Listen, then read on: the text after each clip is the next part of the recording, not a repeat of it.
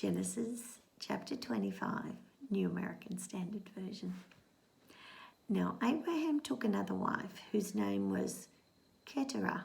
She bore him Zimran and Jokshan and Medan and Midian and Ishbak and Shual.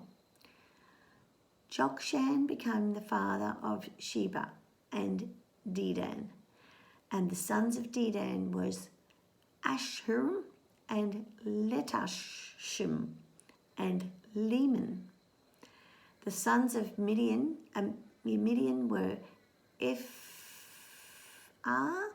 and Epher and Hanok and Abida and Eldar. All these were the sons of Keturah.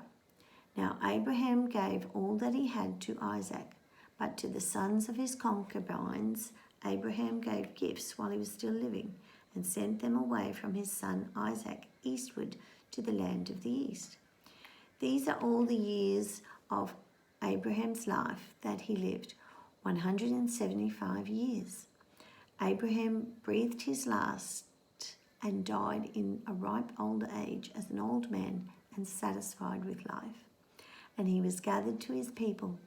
Then his sons Isaac and Ishmael buried him in the cave of Machpelah in the field of Ephron, the son of Zohar the Hittite, facing Mamre, the field which Abraham purchased from the sons of Heth. There Abraham was buried with Sarah his wife. And it came about after the death of Abraham that God blessed his son Isaac, and Isaac lived in Beer-lahai-roi. Now, these are the records of the generations of Ishmael, Abraham's son, whom Hagar the Egyptian, Sarah's maid, brought to Abraham. And these are the names of the sons of Ishmael by their names in the order of their birth.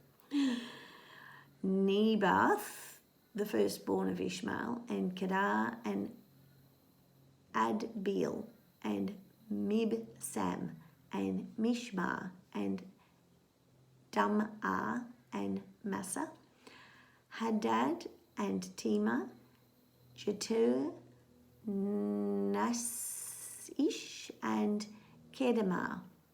These are the sons of Ishmael, and these are their names by the village and by their camps, 12 princes according to their tribe. These are the years of the life of Ishmael, 137 years.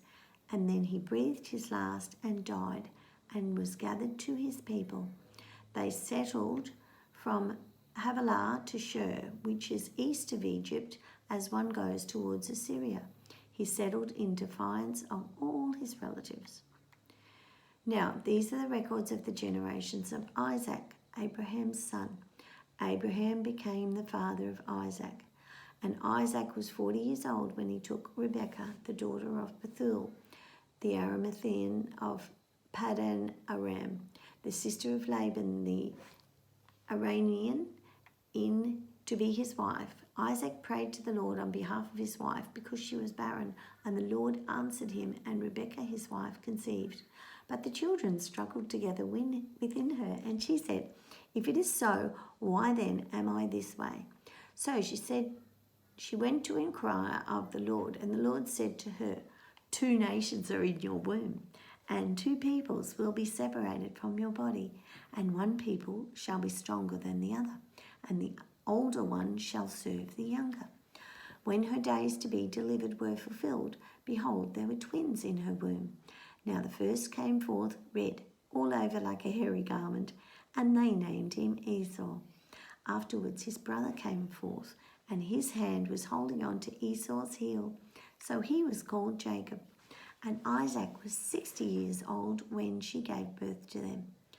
When the boys grew up, Esau became a skillful hunter, a man of the field, but Jacob was a peaceful man living in the tents. Now Isaac loved Esau because he had a tasteful game, but Rebekah loved Jacob.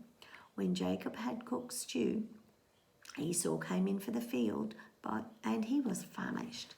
And Esau said to Jacob, Please let me have a swallow of that red stuff there, for I am famished.